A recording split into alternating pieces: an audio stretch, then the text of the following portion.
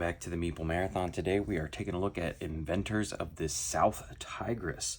So this is the third game in the South Tigris Trilogy. And this is also South Tigris Trilogy is the third out of 4. So we are nearing the end of this epic Euro experience from Garphill Games.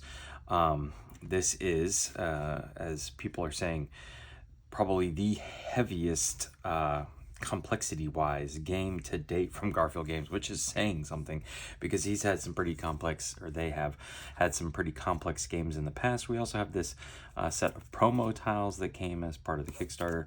We'll take a look at that in the end.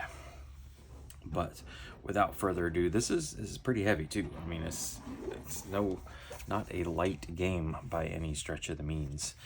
So very hefty rule book here, 35 plus pages, lots of reference stuff at the back here, solo play. So, but still, solo plays a couple, but 25 pages. I mean, typical Garphill Games rulebook here, but there is a lot going on here, and I'm excited to dig into it. Lots of wooden pieces, lots of dice. So these are not full-size dice, and the dice are not player color dice. The dice are like action or worker colors here. So, but they're nice. Have a nice weight to them for their size. Yeah, I've always wondered if they like lots of white dice. If they just say, all right, we want some dice, and then they determine how big a dice they can fit in the box after everything else is in there. So lots of dice. Let's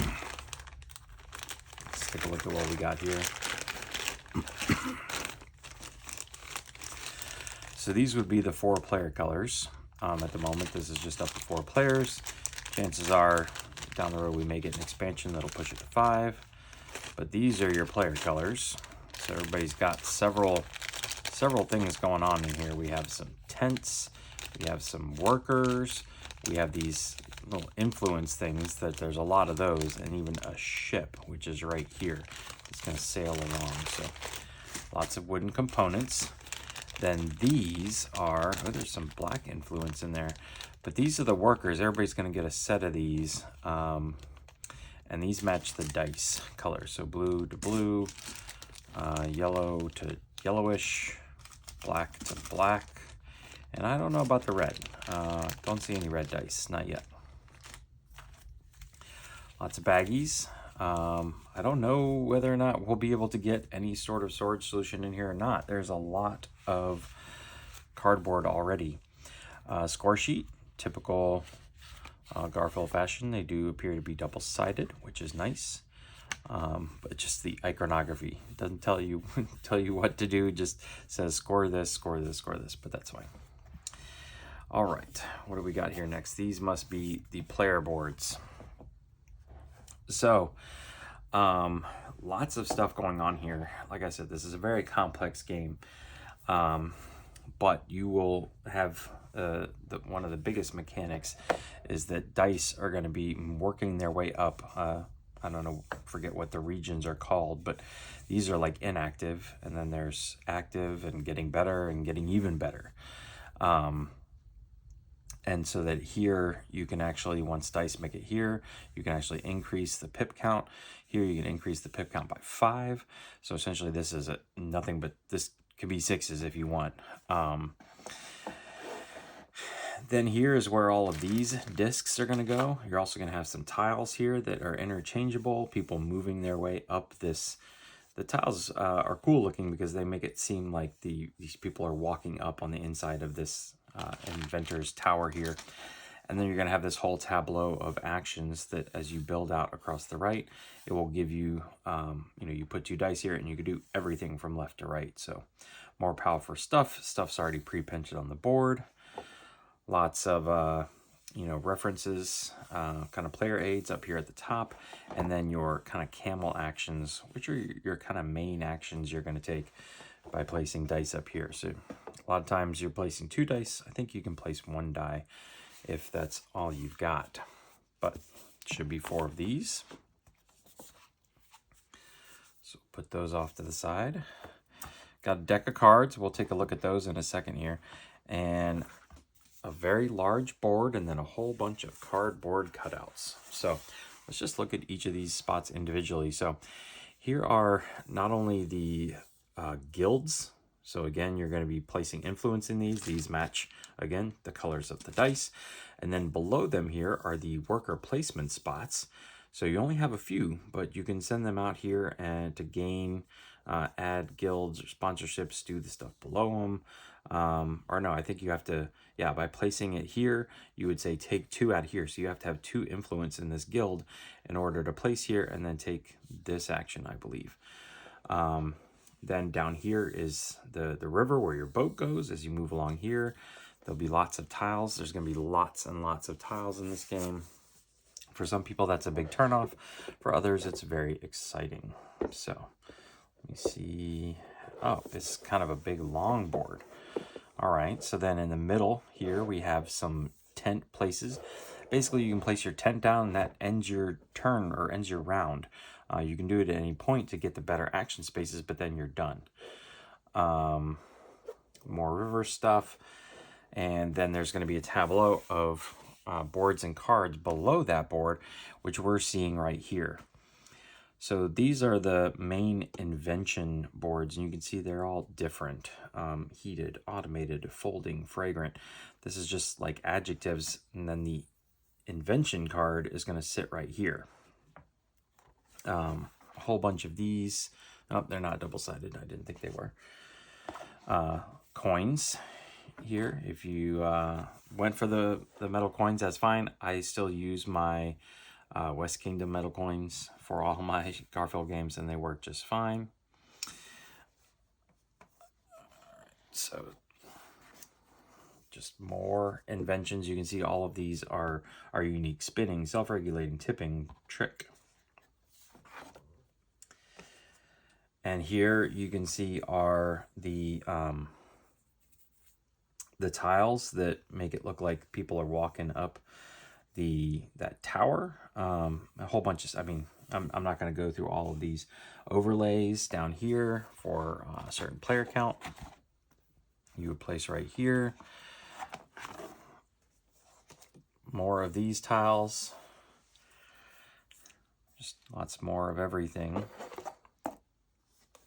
And these are double-sided, at least these are here. So I know that you flip them over, you start them on one side with the lower number, and then you flip them over to get a higher number. So lots and lots of cardboard. These are very glossy.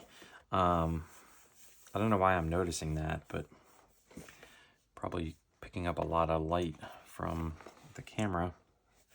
Tons and tons of tiles, even 2 more, wind-powered and water-powered. Something probably for 3 to 4 players.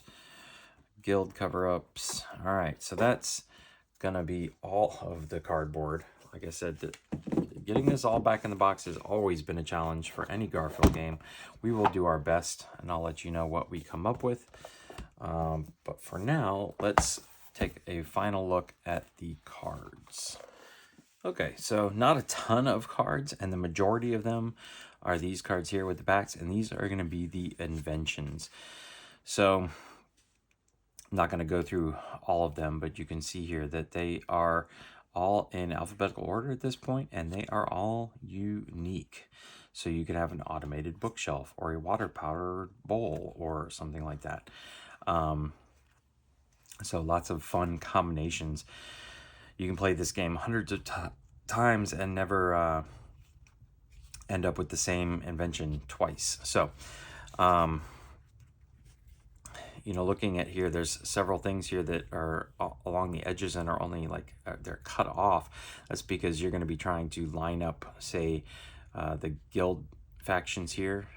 So the guilds that are on your base invention card with the adjective on it, if it's gray, orange, and orange, you would lay this down and get to to fill in sponsorships in each one of those.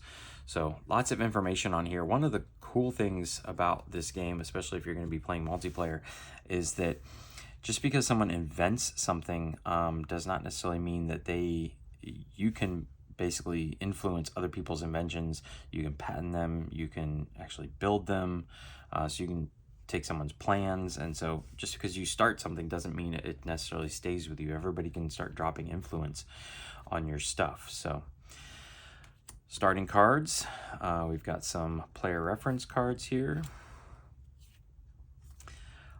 Lots to talk about. These are going to be your starting kind of randomized starting cards here. So this is going to tell you like where your initial influence is going to go, where each of your people is going to go, and whether it's the picture side facing up or not.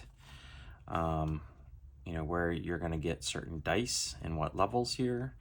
Do you start with dice in your little tower area? And so yeah, kind of asymmetrical starting powers there. And then the back side here is, I believe, something to do with endgame scoring, things like that. And then I believe these are going to help you with the solo game, but I have not looked into that. So various sets of cards here with these people on the back, and then a whole bunch with this person on the back. I'm thinking this must be solo.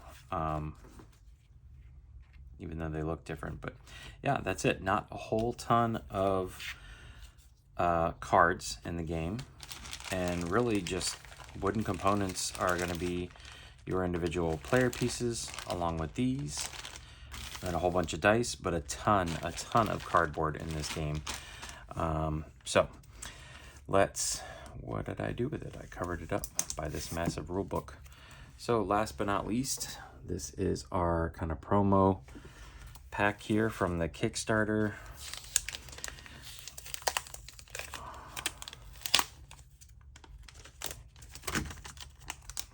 Oops, knocking stuff all over the place.